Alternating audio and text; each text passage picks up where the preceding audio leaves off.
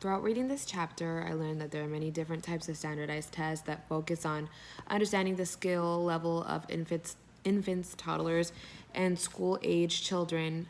Something that I found particularly interesting is that all the different types of tests, including tests that measure abilities, aptitudes, achievements, interests, values, or personality characteristics, they are all psychological tests, but specifically three of them refer to ability, and those include achievement tests, aptitude tests, and intelligence tests. So, intelligence tests, they refer to the child's learning potential.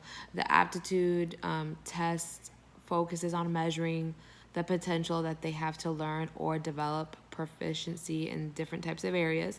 And then the achievement tests specifically focus on the extent to which the child has attained certain information or has mastered and identified those different types of skills.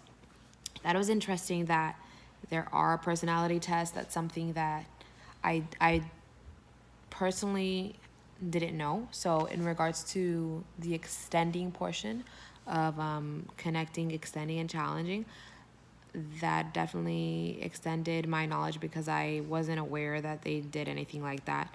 Also, interest inventory tests, I think they're very interesting, and I almost wish that they would probably do that in higher grade levels. I think when I reflect back on my middle school education, I know they have like the career placement tests, but I think interest inventories is a very interesting type of assessment, and I think it's helpful probably for every age group.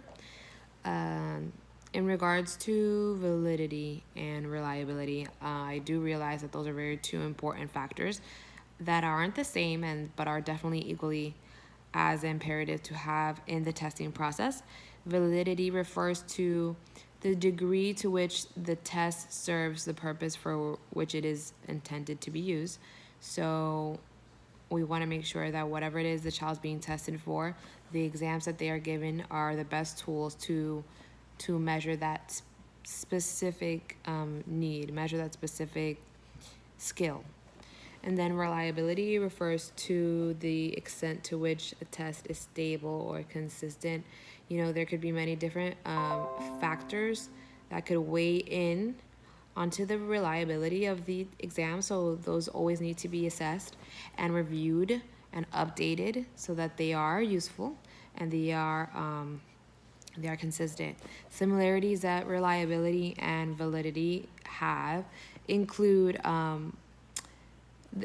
that they are both indicators of the test's dependability for its intended purposes. And they are also both equally important to determining the quality of the test. Breaking down reliability and validity in reference to the abilities tests, which are again achievement tests, aptitude tests, and intelligence tests. Content validity is established for an achievement test. Criterion of related validity is established for an aptitude test. And then the construct validity describes the extent to which the test of an abstract psychological trait measures that trait. So relating this to what I already know, I obviously am aware of standardized testing, aptitude tests, intelligence tests. However, while being a part of the school system, I didn't realize the specific differences. I always just kind of saw it the same way, which is really kind of like a stressful, testing environment. And then in regards to what I find challenging about these different types of tests is why we place so much importance on ability related tests. Although we know those are very important, I think perhaps the personality test or the interest inventory test can probably be balanced or probably be weighed with a closer amount of importance as the other tests do, because perhaps the interests of the child are aligned with the abilities of the child. So maybe we, in order to accurately test intelligence, we need to see what the child has an interest in, or what aligns better with their personalities. A lot of the times that has a lot to do with it. And that is my reflection for the week.